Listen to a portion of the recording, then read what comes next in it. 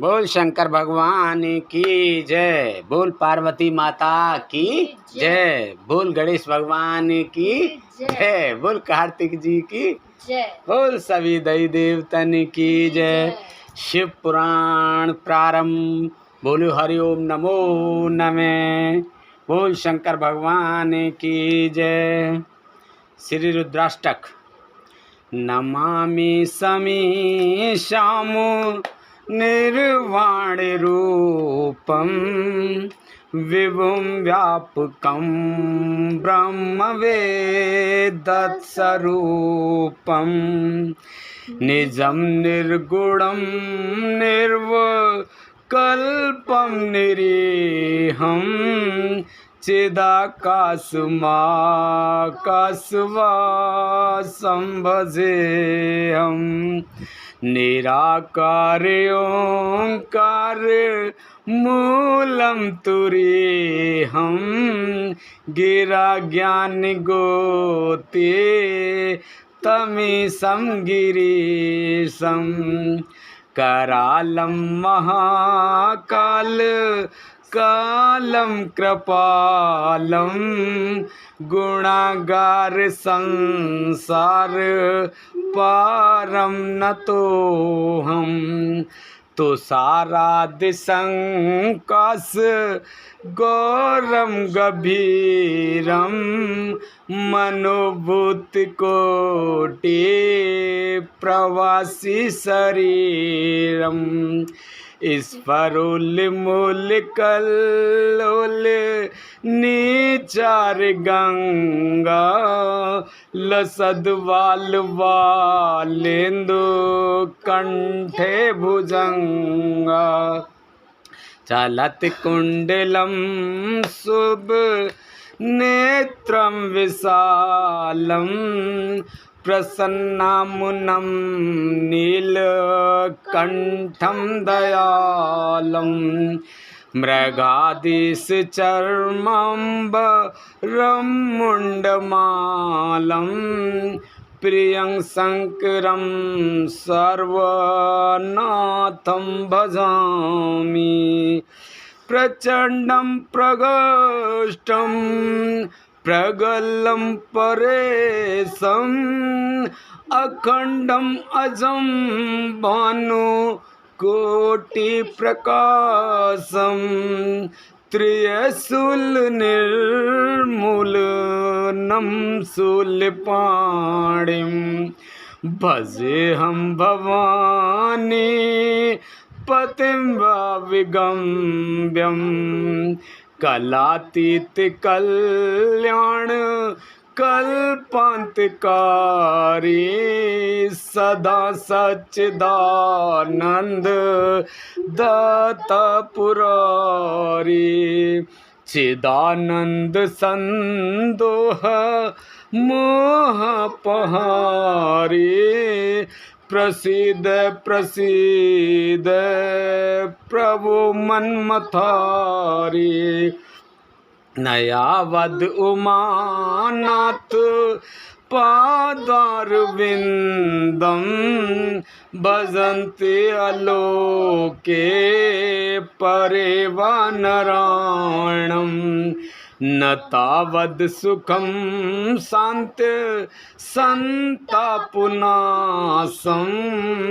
प्रसीद प्रभो सर्वभूतादिवासं न जानामि योगं जपं नैव पूजा न तोऽहं सदा सर्वदा संवितोऽभ्यं जरा जन्म दुःख घटा तप्यमानं प्रभो पायापं नमामि शंभो प्रभो पायापं नमामि शंभो रुद्राष्टकं प्रोक्तं विप्रणेश हरतोषे ये पठन्ति नरा भक्त्या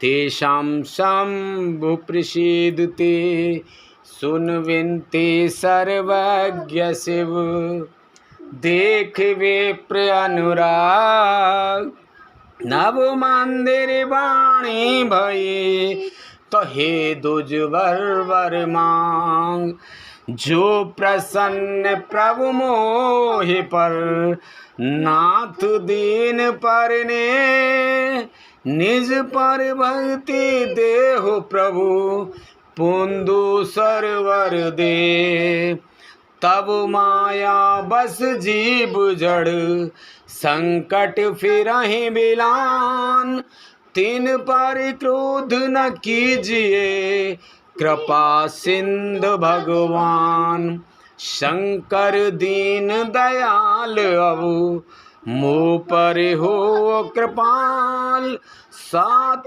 अनुग्रह होत ही नाथ तोर ही काल सियापत रामचंद्र पत जय शरणम शंकर हरि ओम जय जय सिया राम जय जय हनुमान हरि की जय मंगल भवने अमंगल हारी द्रवौ से दशरथ अजर बिहारी। बोल शंकर भगवान की जय। सभी भक्तों शिव पुराण में आपका हार्दिक अभिनंदन है। सभी भक्तों पर भोले बाबा अपनी कृपा बरसाएं। सावन के उपलक्ष्य में शिव पुराण का आरंभ करने जा रहे हैं। सभी भक्त प्रतिदिन शिव पुराण का आनंद उठाएं और भगवान की भक्ति में मन लगाएं। भोले बाबा सब पर अपनी कृपा बरसाएंगे। बोलो शंकर भगवान की जय। शिव पुराण का सरल भाषा में हिंदी रूपांतर शिव पुराण महात्म्यम। पहला अध्याय। सूत जी द्वारा शिव पुराण की महिमा का वर्णन। श्री शौनक जी ने पूछा, महाज्ञानी सूत जी, आप संपूर्ण सिद्धांतों के ज्ञाता हैं, कृपया मुझसे पुराणों के सार का वर्णन करें। ज्ञान और वैराग्य सहित भक्ति से प्राप्त विवेक की वृद्धि कैसे होती है तथा साधु पुरुष कैसे अपने काम क्रोध आदि विकारों का निवारण करते हैं। इस कलयुग में सभी जीव आसुरी स्वभाव के हो गए हैं, अतः कृपा करके मुझे ऐसा साधन बताइए जो कल्याणकारी एवं मंगलकारी हो तथा पवित्रता लिए हो। प्रभु, वह ऐसा साधन हो जिससे मनुष्य की शुद्धि हो जाए और निर्मल हृदय वाले पुरुष को सदैव के लिए शिव की प्राप्ति हो जाए। श्री सूत जी ने उत्तर दिया, शौनक जी, आप धन्य हैं, क्योंकि आपने मन में पुराण कथा को सुनने के लिए अपार प्रेम व लालसा है। इसलिए मैं तुम्हें परम उत्तम शास्त्र की कथा सुनाता हूँ।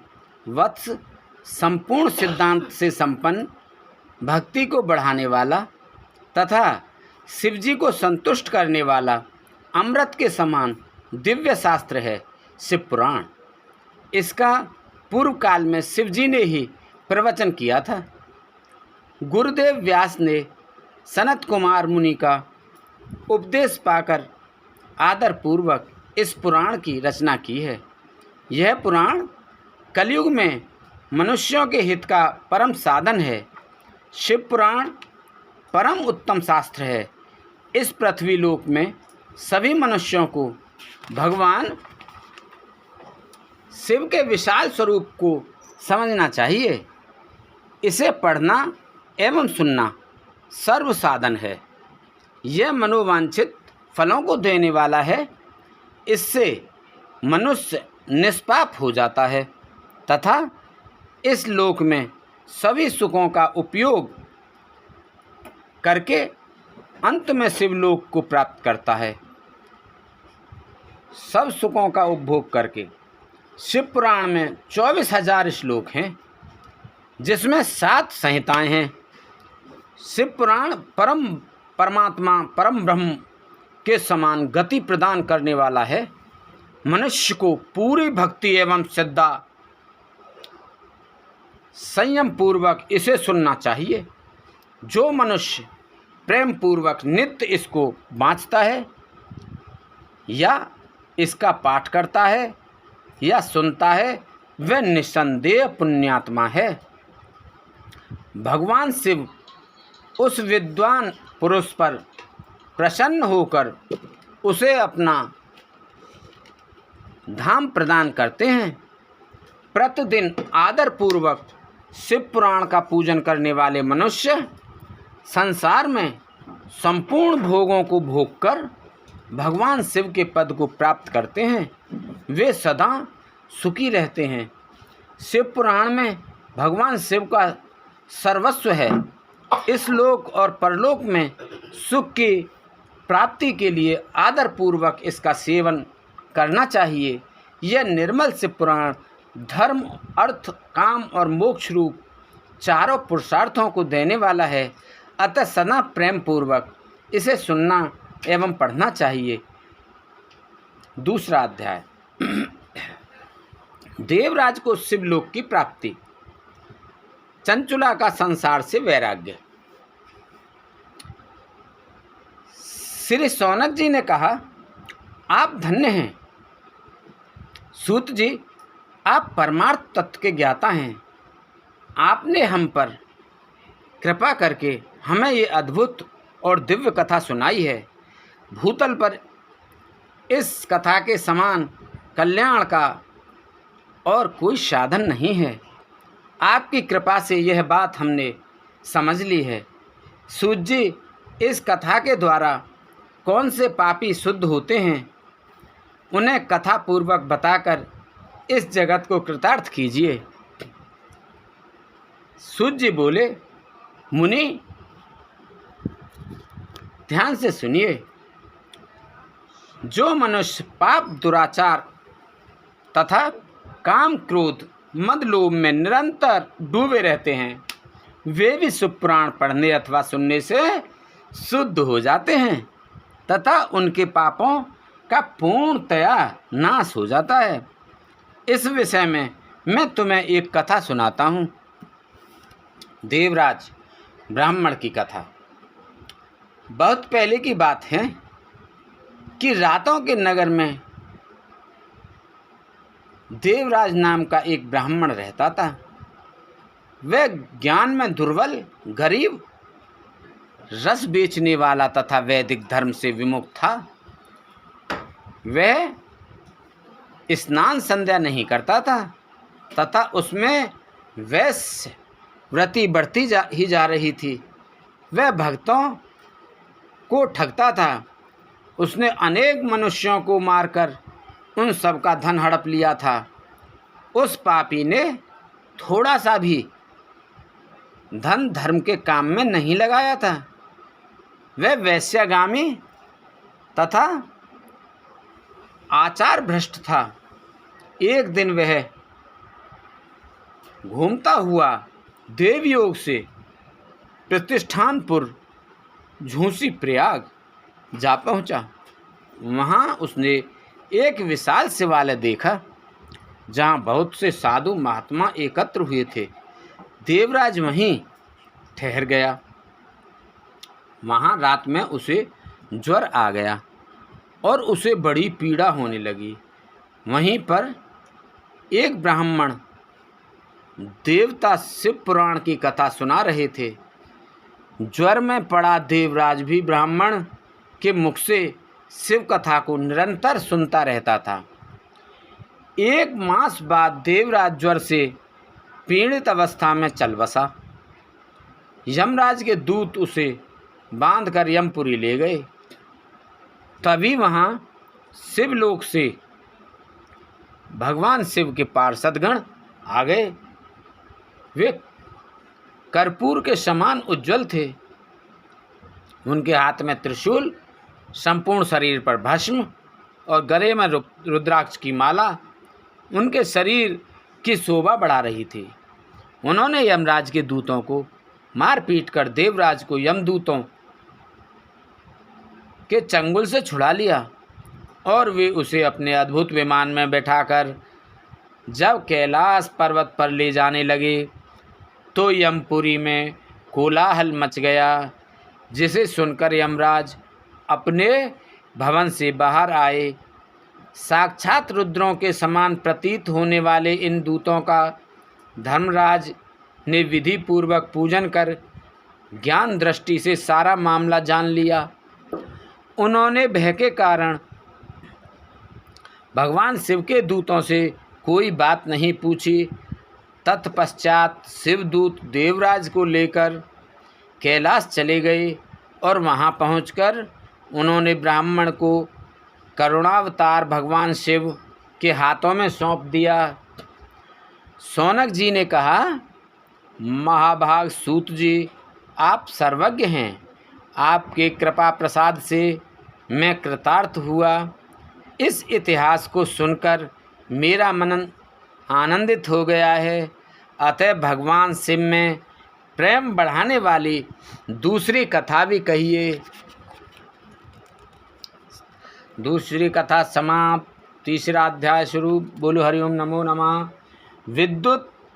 विदुंग ब्राह्मण की कथा। विदुंग ब्राह्मण की कथा।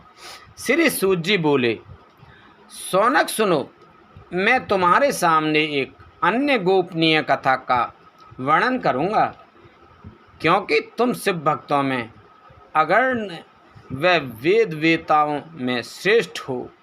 समुद्र के निकटवर्ती प्रदेश में वास्कल नामक गांव है, जहां वैदिक धर्म से विमुख महापापी मनुष्य रहते हैं।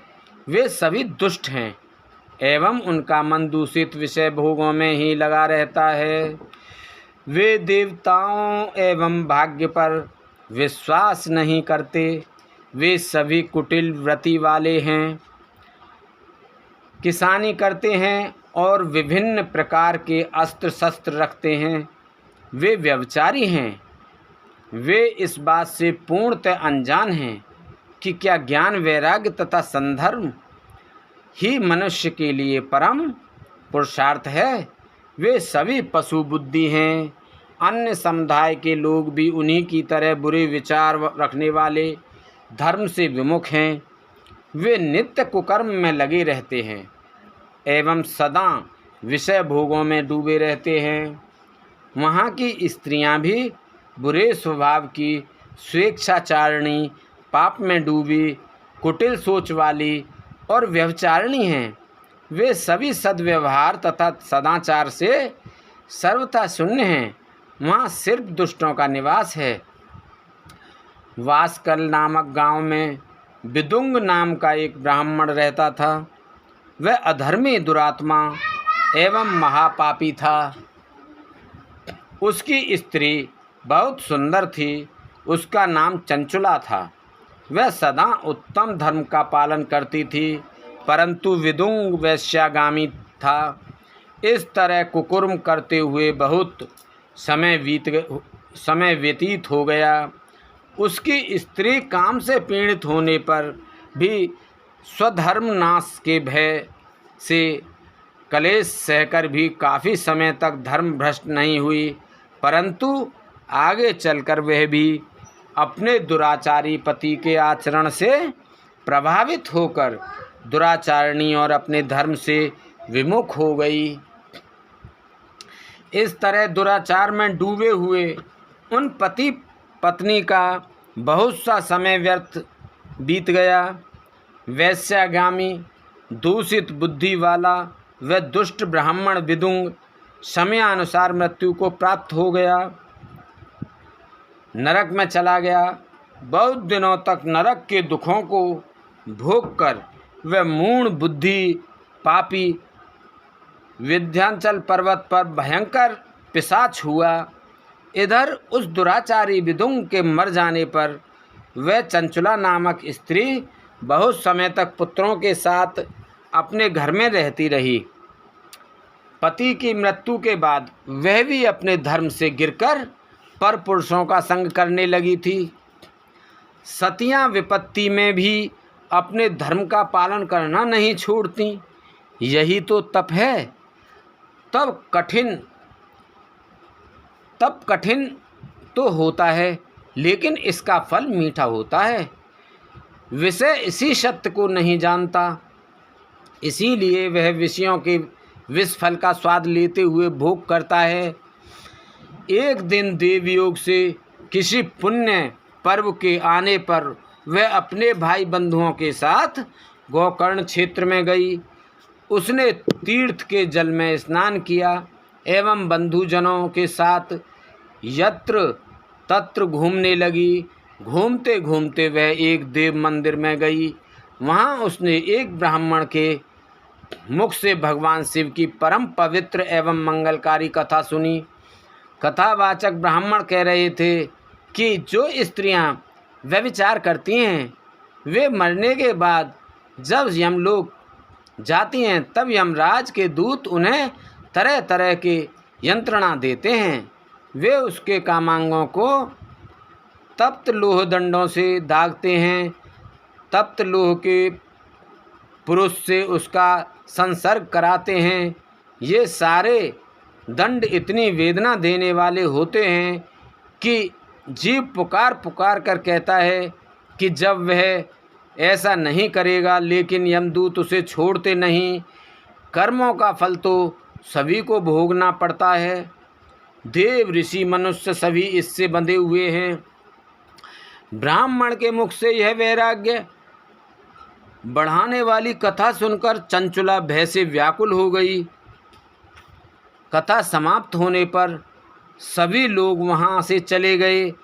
तब कथा बाँचने वाले ब्राह्मण देवता से चंचुला ने कहा, हे ब्राह्मण, धर्म को न जानने के कारण मेरे द्वारा बहुत बड़ा दुराचार हुआ है।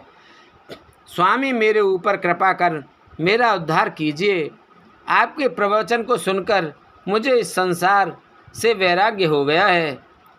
मुझ मूढ़ चित्त वाली पापनी को धिक्कार है। मैं निंदा के योग्य हूँ। मेरे बुरे विषयों में फंसकर अपने धर्म से विमुख हो गई थी। कौन मुझ जैसी कुमार्ग में मन लगाने वाली पापनी का साथ देगा। जब यमदूत मेरे गले में फंदा डालकर मुझे बांध कर ले जाएंगे और नरक में मेरे शरीर के टुकड़े करेंगे, तब मैं कैसे उन महायातनाओं को सहन कर पाऊंगी। मैं सब प्रकार से नष्ट हो गई हूँ, क्योंकि अभी तक मैं हर तरह से पाप में डूबी रही हूँ। हे ब्राह्मण, आप मेरे गुरु हैं, आप ही मेरे माता पिता हैं। मैं आपकी शरण में आई हूँ।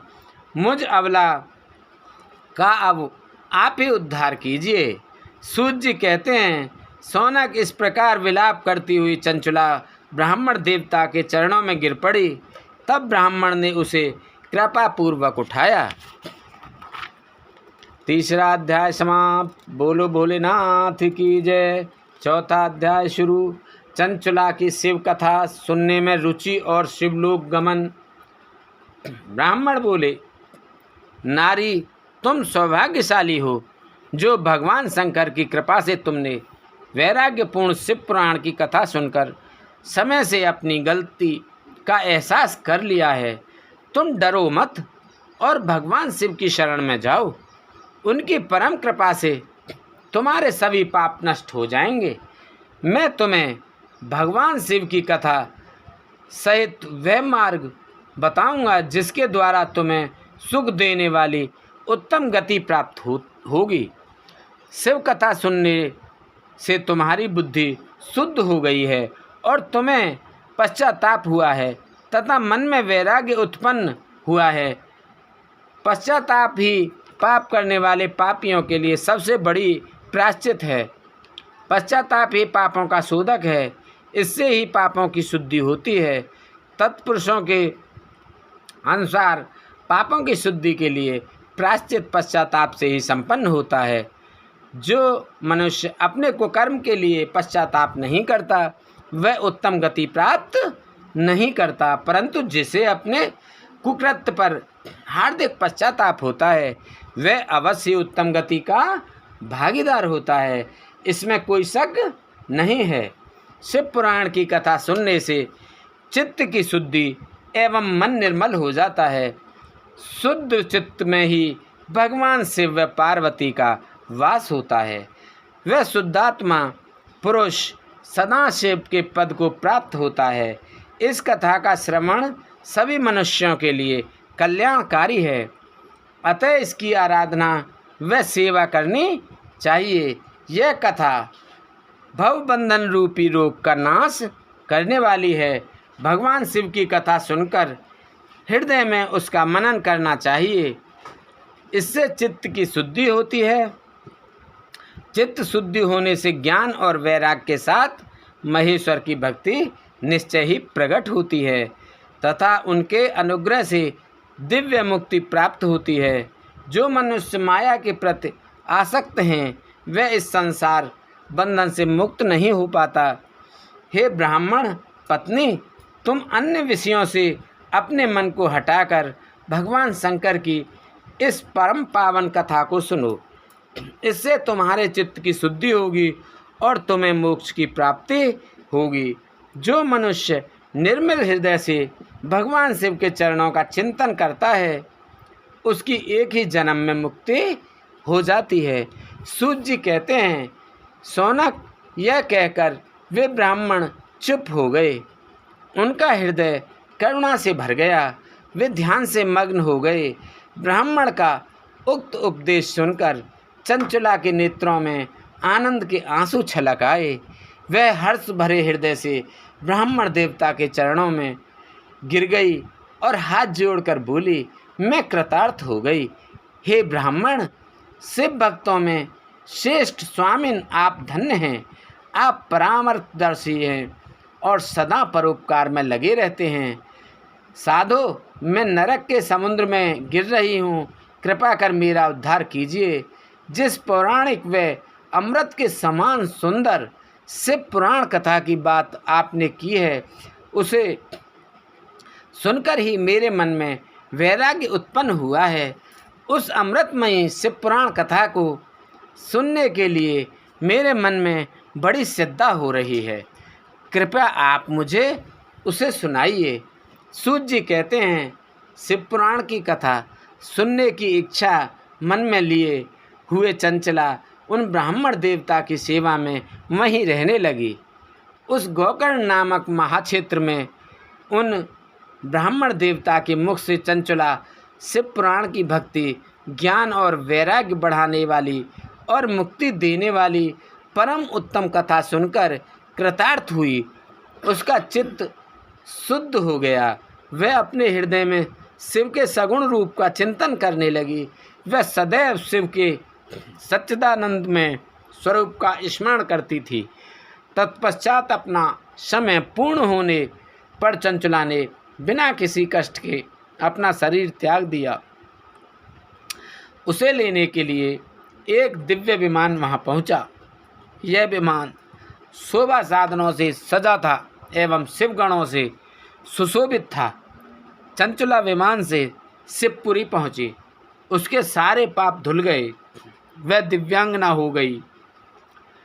वह गौरांगी देवी मस्तक पर अर्धचंद्र का मुकुट व अन्य दिव्य आभूषण पहने शिवपुरी पहुंची। वहां उसने सनातन देवता त्रिनेत्रधारी महादेव शिव को देखा। सभी देवता उनकी सेवा में भक्ति भाव से उपस्थित थे। उनकी अंग क्रांति करोड़ों सूर्यों के समान प्रकाशित हो रही थी। 5 मुख और हर मुख में 3-3 नेत्र थे।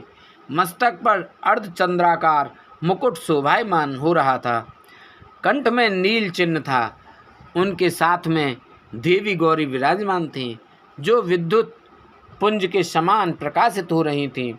महादेव जी की कांति कपूर के समान गौर थी। उनके शरीर पर श्वेत वस्त्र थे तथा शरीर श्वेत भस्म में युक्त था। इस प्रकार भगवान शिव के परम उज्जवल रूप के दर्शन कर चंचला बहुत प्रसन्न हुई। उसने भगवान को बारंबार प्रणाम किया और हाथ जोड़कर प्रेम आनंद और संतोष से युक्त हो विनीत भाव से खड़ी हो गई। उसके नेत्रों से आनंद श्रुओं की धारा बहने लगी।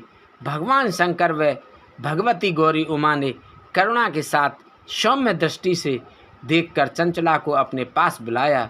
गौरी उमा ने उसे प्रेम पूर्वक अपनी सखी बना लिया। चंचला सुखपूर्वक भगवान शिव के धाम में उमा देवी की सखी के रूप में निवास करने लगे। चौथा अध्याय समाप्त। बोलो हरि ओम नमो नमः। पांचवा अध्याय शुरू। विदुंग का पिशाच योनि से उद्धार। सूत जी बोले, शौनक, एक दिन चंचला आनंद में मग्न उमा देवी के पास गई और दोनों हाथों को जोड़कर उनकी स्तुति करने लगी। चंचला बोली, हे गिरिराज नंदिनी, स्कंद माता उमा, आप सभी मनुष्यों एवं देवताओं द्वारा पूज्य तथा समस्त सुखों को देने वाली हैं। आप शंभु प्रिया हैं, आप ही सगुणा और निर्गुणा हैं। हे सच्चिदानंद स्वरूपिणी, आप ही प्रकृति की पोषक हैं। हे माता, आप ही संसार की सृष्टि, पालन और संहार करने वाली हैं। आप ही ब्रह्मा, विष्णु और महेश को उत्तम प्रतिष्ठा देने वाली परम शक्ति हैं। सूर्य कहते हैं, शौनक, सद्गति प्राप्त चंचला इस प्रकार देवी की स्तुति कर शांत हो गई। उसकी आंखों में प्रेम के आंसू उमड़ आए। तब शंकर प्रिया भक्तवत्सला उमा देवी ने बड़े प्रेम से चंचला को चुप कराते हुए कहा, सखी चंचला, मैं तुम्हारी स्तुति से प्रसन्न हूँ। बोलो, क्या वर मांगती हो? चंचला बोली, हे गिरिराज कुमारी, मेरे पति विदुंग इस समय कहाँ हैं? उनकी कैसी गति हुई है, मुझे बताइए और कुछ ऐसा उपाय कीजिए ताकि हम फिर से मिल सकें। हे महादेवी, मेरे पति एक शूद्र जाति वैश्या के प्रति आसक्त थे और पाप में ही डूबे रहते थे। गिरिजा बोली, बेटी, तुम्हारा पति विदुंग बड़ा पापी था। उसका अंत बड़ा भयानक हुआ। वैश्या का उपभोग करने के कारण वह मूर्ख नरक में अनेक वर्षों तक अनेक प्रकार के दुख भोग कर अब शेष पाप को भोगने के लिए विंध्याचल पर्वत पर पिशाच की योनि में रह रहा है। वह दुष्ट वहीं वायु पीकर रहता है और सब प्रकार के कष्ट सहता है। सूत जी कहते हैं, शौनक, गौरी देवी की यह बात सुनकर चंचला अत्यंत दुखी हो गई। फिर मन को किसी तरह स्थिर करती हुई दुखी हृदय से माँ गौरी से उसने एक बार फिर पूछा, हे महादेवी, मुझ पर कृपा कीजिए और मेरे पापी पति का अब उद्धार कर दीजिए। कृपा करके मुझे वह उपाय बताइए जिससे मेरे पति को उत्तम गति प्राप्त हो सके। गौरी देवी ने कहा, यदि तुम्हारा पति विदुंग शिवपुराण की पुण्यमयी उत्तम कथा सुने तो वह इस दुर्गति को पार करके उत्तम गति का भागी हो सकता है। अमृत के समान मधुर गौरी देवी का यह वचन सुनकर चंचला ने दोनों हाथ जोड़कर मस्तक झुकाकर उन्हें बारंबार प्रणाम किया तथा प्रार्थना की कि मेरे पति को शिव पुराण सुनाने की व्यवस्था की जाए। ब्राह्मण पत्नी चंचला के बार बार प्रार्थना करने पर शिवप्रिया गौरी देवी ने भगवान शिव की महिमा का गान करने वाले गंधर्वराज तुम्बरो को बुलाकर कहा, तुम्बरो, तुम्हारी भगवान शिव में प्रीति है। तुम मेरे मन की सभी बातें जानकर मेरे कार्यों को सिद्ध करते हो। तुम मेरी इस सखी के साथ विंध्य पर जाओ। वहाँ एक महाघोर और भयंकर पिशाच रहता है। पूर्व जन्म में वह पिशाच बिंदुक नामक ब्राह्मण मेरी इस सखी चंचला का पति था। वह वैश्यगामी हो गया। उसने स्नान संध्या आदि नित्य कर्म छोड़ दिए। क्रोध के कारण उसकी बुद्धि भ्रष्ट हो गई। दर्जनों से उसकी मित्रता तथा सज्जनों से द्वेष बढ़ गया था। वह अस्त्र शस्त्र हिंसा करता, लोगों को सताता और उनके घरों में आग लगा देता था। चांडालों से दोस्ती करता। वह रोज वैश्या के पास जाता था। पत्नी को त्याग कर दुष्ट लोगों से दोस्ती कर उन्हीं के संपर्क में रहता था। वह मृत्यु तक दुराचार में फंसा रहा।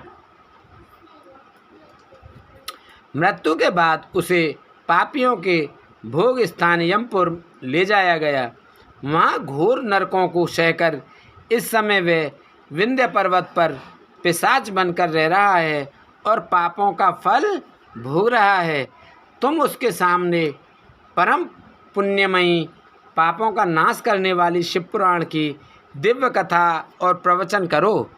इस कथा को सुनने से उसका हृदय सभी पापों से मुक्त होकर शुद्ध हो जाएगा और वह प्रेत योनि से मुक्त हो जाएगा। दुर्गति से मुक्त होने पर उस विदुंग नामक पिशाच को विमान पर बिठाकर तुम भगवान शिव के पास ले आना।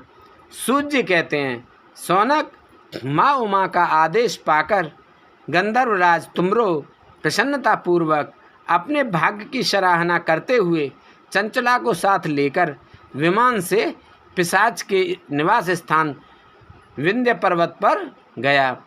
वहाँ पहुंचकर उसने उस विकराल आकृति वाले पिशाच को देखा।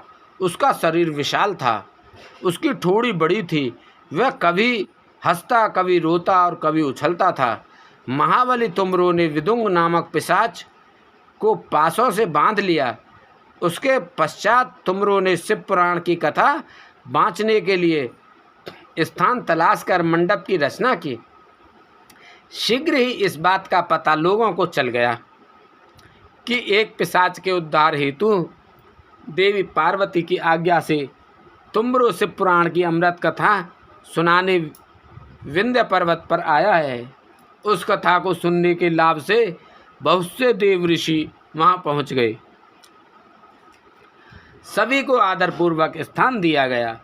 पिशाच विदुंग को पासों में बांधकर आसन पर बिठाया गया और तब तुमरो ने परम उत्तम शिव पुराण की अमृत कथा का गान शुरू किया। उसने पहली विद्वेश्वर संहिता से लेकर 7वीं वायु संहिता तक शिव पुराण की कथा का स्पष्ट वर्णन किया। 7 संहिताओं सहित शिव पुराण को सुनकर सभी श्रोता कृतार्थ हो गए। परम पुण्य में शिव पुराण को सुनकर पिशाच सभी पापों से मुक्त हो गया और उसने पिशाच शरीर का त्याग कर दिया। शीघ्र ही उसका रूप दिव्य हो गया, उसका शरीर गौर वर्ण का हो गया। शरीर पर श्वेत वस्त्र एवं पुरुषों के आभूषण आ गए। इस प्रकार दिव्य देहधारी होकर विदुंग अपनी पत्नी चंचुला के साथ स्वयं भी भगवान शिव का गुणगान करने लगा। उसे इस दिव्य रूप में देखकर सभी को बहुत आश्चर्य हुआ। उसका मन परम आनंद से परिपूर्ण हो गया। सभी भगवान महेश्वर के अद्भुत चरित्र को सुनकर कृतार्थ हो गए। उनका यशोगान करते हुए अपने अपने धाम को चले गए। विदुंग अपनी पत्नी चंचुला के साथ विमान में बैठकर शिवपुरी की ओर चल दिया। महेश्वर के गुणों का गान करता हुआ विदुंग अपनी पत्नी चंचुला व तुमरो के साथ शीघ्र ही शिवधाम पहुंच गया। भगवान शिव व देवी पार्वती ने उसे अपना पार्षद बना लिया। दोनों पत्नी सुखपूर्वक भगवान महेश्वर एवं देवी गौरी के श्री चरणों में अविचल निवास पाकर धन्य हो गए। 5वां अध्याय समाप्त। बोलो हरिओम नमो नमः। 6ठा अध्याय शिव पुराण के श्रवण की कथा। शिव पुराण के श्रवण की विधि।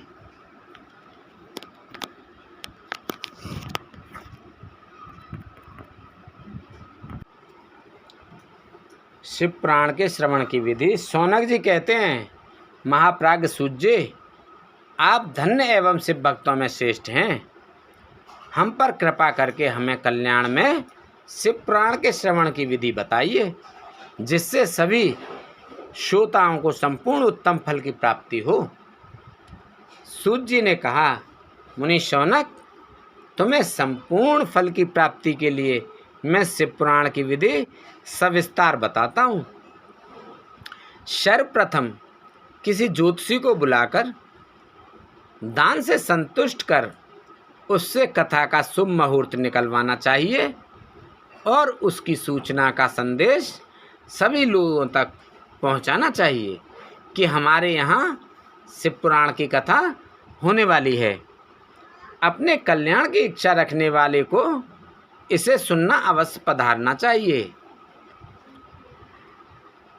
देश देश में जो भी भगवान शिव के भक्त हों तथा शिव कथा के कीर्तन और श्रवण के उत्सुक हों, उन सभी को आदरपूर्वक बुलाना चाहिए और उनका आदर सत्कार करना चाहिए।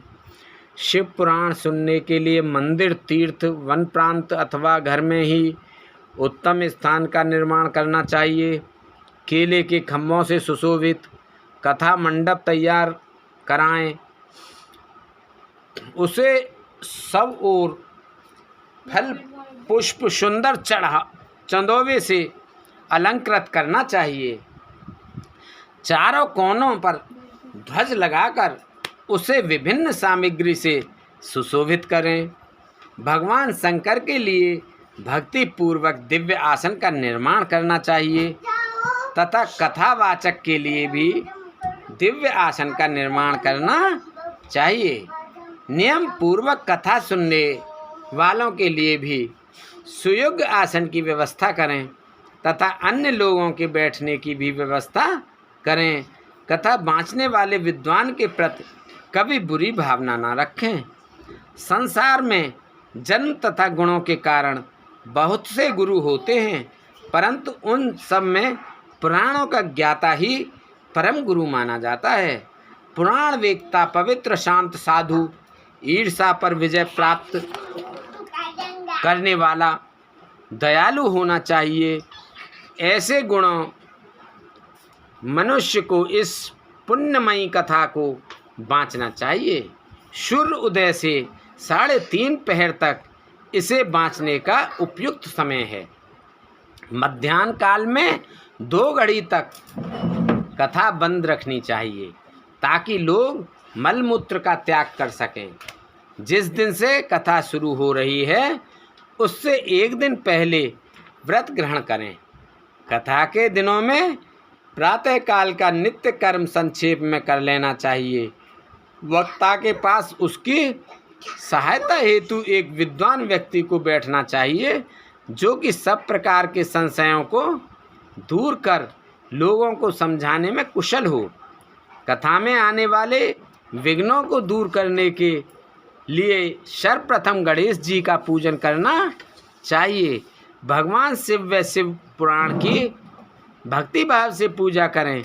तत्पश्चात श्रोता तन मन से शुद्ध होकर आदर पूर्वक शिव पुराण की कथा सुने। जो वक्ता और श्रोता अनेक प्रकार के कर्मों से भटक रहे हों, काम आदि 6 विकारों से युक्त हों, वे पुण्य के भागी नहीं हो सकते। जो मनुष्य अपनी सभी चिंताओं को भूलकर कथा में मन लगाते हैं, उन शुद्ध बुद्धि मनुष्यों को उत्तम फल की प्राप्ति होती है। 6वां अध्याय समाप्त। बोलो भोलेनाथ की जय। 7वां अध्याय श्रोताओं द्वारा पालन किए जाने वाले नियम। सूत जी बोले, शौनक, शिव पुराण सुनने का व्रत लेने वाले पुरुषों के लिए जो नियम हैं उन्हें भक्ति पूर्वक सुनो। शिव पुराण की पुण्यमयी कथा नियम पूर्वक सुनने से बिना किसी विघ्न बाधा के उत्तम फल की प्राप्ति होती है। दीक्षा रहित मनुष्य को कथा सुनने का अधिकार नहीं है, अतः पहले वक्ता के से दीक्षा ग्रहण करनी चाहिए। नियम पूर्वक कथा सुनने वाले मनुष्य को ब्रह्मचर्य का अच्छी तरह से पालन करना चाहिए। उसे भूमि पर सोना चाहिए, पत्तल में खाना खाना चाहिए तथा कथा समाप्त होने पर ही अन्न ग्रहण करना चाहिए। समर्थ मनुष्य को शुद्ध भाव से शिव पुराण की कथा की समाप्ति तक उपवास रखना चाहिए और एक ही बार भोजन करना चाहिए। गरिष्ठ अन्न, दाल, जलान, सेम, मसूर तथा बासी अन्न नहीं खाना चाहिए। गरिष्ठ अन्न, दाल, जला अन्न, सेम, मसूर तथा बासी अन्न नहीं खाना चाहिए। जिसने कथा का व्रत ले रखा हो उसे प्याज, लहसुन, हींग, गाजर, मादक वस्तु तथा आमिष कही जाने वाली वस्तुओं को त्याग देना चाहिए। ऐसा मनुष्य प्रतिदिन सत्य, शौच, दया, मौन, सरलता, विनय तथा हार्दिक उदारता आदि सद्गुणों को अपनाए तथा साधु संतों की निंदा का त्याग कर नियम पूर्वक कथा सुने। सकाम मनुष्य इस कथा के प्रभाव से अपनी अविष्ट कामना प्राप्त करता है और निष्काम मोक्ष प्राप्त करता है। सभी स्त्री पुरुषों को विधि विधान से शिव पुराण की उत्तम कथा को सुनना चाहिए। महर्षि शिव पुराण की समाप्ति पर श्रोताओं को भक्तिपूर्वक भगवान शिव की पूजा की तरह पुराण पुस्तक की पूजा भी करनी चाहिए तथा इसके पश्चात विधि पूर्वक वक्ता का भी पूजन करना चाहिए। पुस्तक को रखने के लिए नया और सुंदर बस्ता बनाएं। पुस्तक व वक्ता की पूजा के उपरांत वक्ता की सहायता हेतु बुलाए गए पंडित का भी सत्कार करना चाहिए। कथा में पधारे अन्य ब्राह्मणों को भी अन्न धन का दान दें। गीत वाद्य और नृत्य से उत्सव को महान बनाएं। विरक्त मनुष्य को कथा समाप्ति पर गीता का पाठ करना चाहिए तथा ग्रस्त को श्रवण कर्म की शांति हेतु होम करना चाहिए। होम रुद्र संहिता के श्लोकों द्वारा अथवा गायत्री मंत्र के द्वारा करें। यदि हवन करने में असमर्थ हों तो भक्तिपूर्वक शिव सहस्त्र नाम का पाठ करें। कथा श्रवण संबंधी व्रत की पूर्णता के लिए शहद से बनी खीर का भोजन 11 ब्राह्मणों को कराकर उन्हें दक्षिणा दें। समर्थ मनुष्य 3 तोले सोने का एक सुंदर सिंहासन बनाएं और उसके ऊपर लिखी अथवा लिखाई शिव पुराण की लिखी पोथी विधि पूर्वक स्थापित करें तथा पूजा करके दक्षिणा चढ़ाएं। फिर आचार्य का वस्त्र आभूषण एवं गंध से पूजन करके दक्षिणा सहित वह पुस्तक उन्हें भेंट कर दें। शौनक इस पुराण के दान के प्रभाव से भगवान शिव का अनुग्रह पाकर मनुष्य भव बंधन से मुक्त हो जाता है। शिव पुराण को विधि पूर्वक संपन्न करने पर यह संपूर्ण फल देता है तथा भोग और मोक्ष प्रदान करता है। मुने शिव पुराण का सारा महात्म्य जो संपूर्ण फल देने वाला है मैंने तुम्हें सुना दिया है। अब आप और क्या सुनना चाहते हो? श्रीमान, शिव पुराण सभी पुराणों के माथे का तिलक है। जो मनुष्य सदा भगवान शिव का ध्यान करते हैं, जिनकी वाणी शिव के गुणों की स्तुति करती है और जिनके दोनों कान उनकी कथा सुनते हैं, उनका जीवन सफल हो जाता है। वे संसार के सागर से पार हो जाते हैं।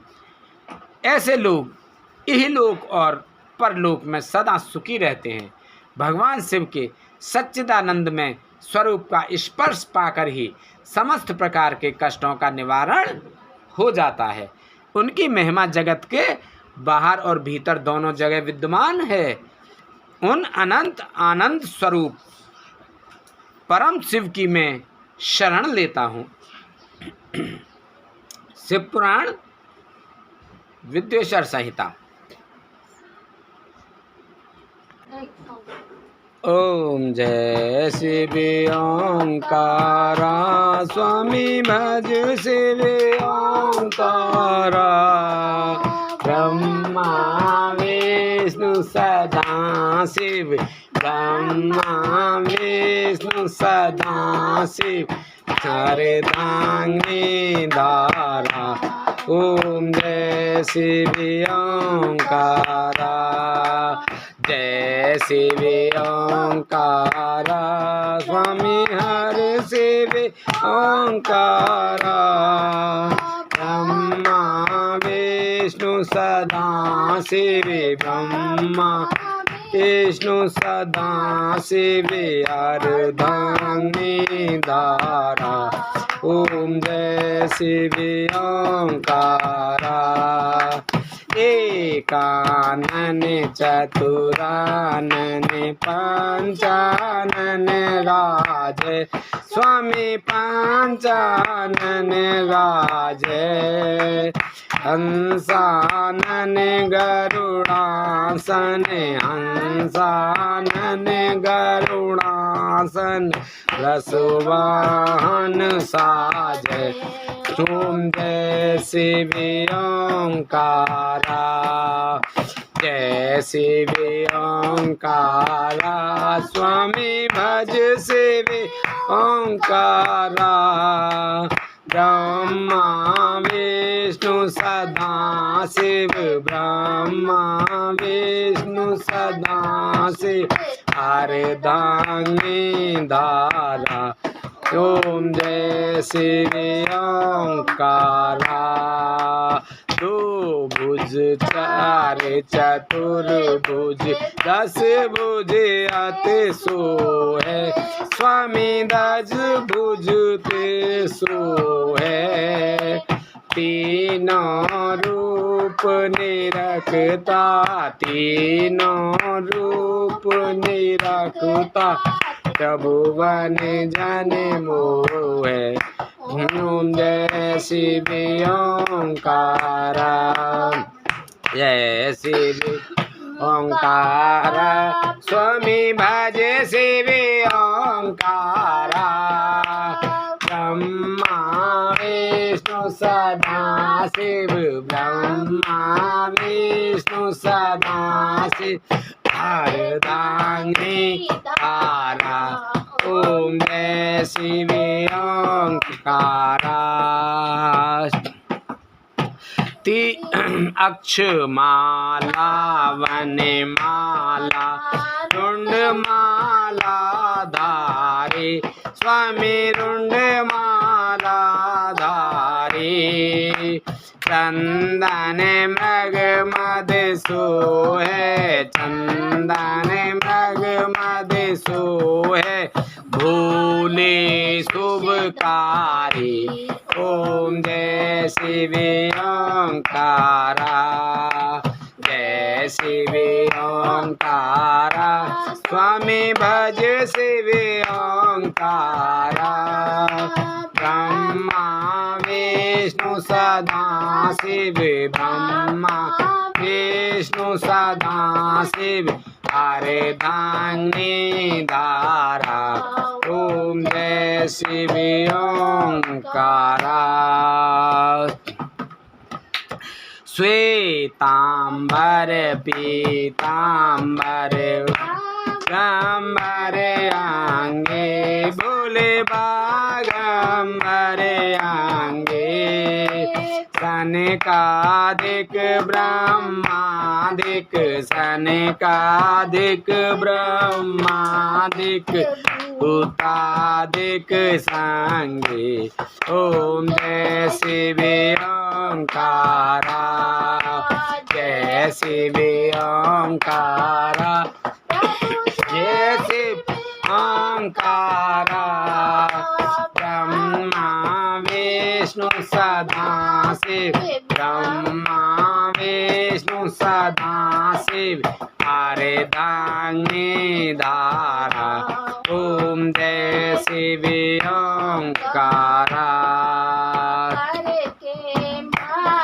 कमंडल चक्र त्रिशूल धरता स्वामी चक्र त्रिशूल धरता जग करता जग भरता जग करता जग भरता जग पालन करता ओम जय शिव ओंकारा जय शिव ओंकारा स्वामी जय शिव ओंकारा ब्रह्मा विष्णु सदा शिव ब्रह्मा विष्णु सदा शिव अर्धांगी धारा ओम जय शिव ओंकारा ब्रह्मा विष्णु सदा शिव जानते अविवेका स्वामी जानते अविवेका प्रणवाक्षर के मध्य प्रणवाक्षर के मध्य ये तीनों एका ओम जय शिव ओंकारा जय शिव ओंकारा स्वामी भज शिव ओंकारा ब्रह्मा